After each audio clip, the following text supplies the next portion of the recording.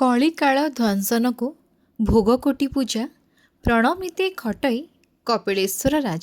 ଓଡ଼ିଶାରେ କପିଳେନ୍ଦ୍ର ଦେବଙ୍କ ସମୟରେ ଜଣେ ସାହିତ୍ୟ ସାଧକ ତାଙ୍କର ସାହିତ୍ୟକୁ ରୁଦ୍ଧିମନ୍ତ କରିଥିଲେ। ସେ ହେଉଛନ୍ତି ଶୂଦ୍ରମୁନି ସାରଳା ଦାସ।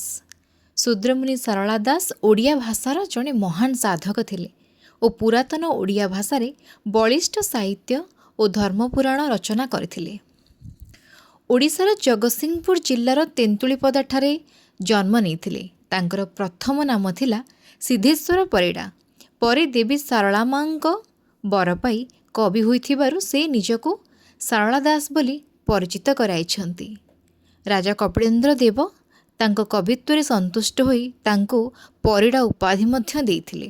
ପଞ୍ଚଦଶ ଶତାବ୍ଦୀରେ ସେ ଥିଲେ ପ୍ରଥମ ଓଡ଼ିଆ ଯିଏ ଓଡ଼ିଆରେ ସାହିତ୍ୟ ରଚନା। ତାଙ୍କ ରଚନା କଥାକୁ ଆଲୋଚନା କରିବା କବିଙ୍କ ଭାଷାରେ ପ୍ରଥମେ ଶ୍ରୀ ରାମାୟଣ, ଦ୍ୱିତୀୟ ଭାରତ, ତୃତୀୟ ଲିଖନ କଲେ ଶ୍ରୀ ଭାଗବତ।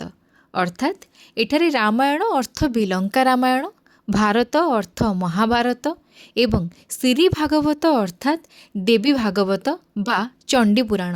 କବିଙ୍କ ଅନ୍ୟାନ୍ୟ ଗ୍ରନ୍ଥଗୁଡ଼ିକ ଦାଣ୍ଡିବୃତ୍ତରେ ମଧ୍ୟ ଲେଖାଯାଇଛି। ଆଜି ସାରଳା ଦାସଙ୍କ ଜୟନ୍ତୀରେ ସେହି ସାହିତ୍ୟ ସାଧକଙ୍କୁ କୋଟି କୋଟି ପ୍ରଣାମ ଓ ଆପଣ ସମସ୍ତଙ୍କୁ ସାରଳା ଦାସ ଜୟନ୍ତୀର ଅନେକ ଅନେକ ଶୁଭେଚ୍ଛା ଓ ଶୁଭକାମନା। ଶୁଣୁଥାନ୍ତୁ 91.2 FM ରେଡ଼ିଓ ଉତ୍କଳ।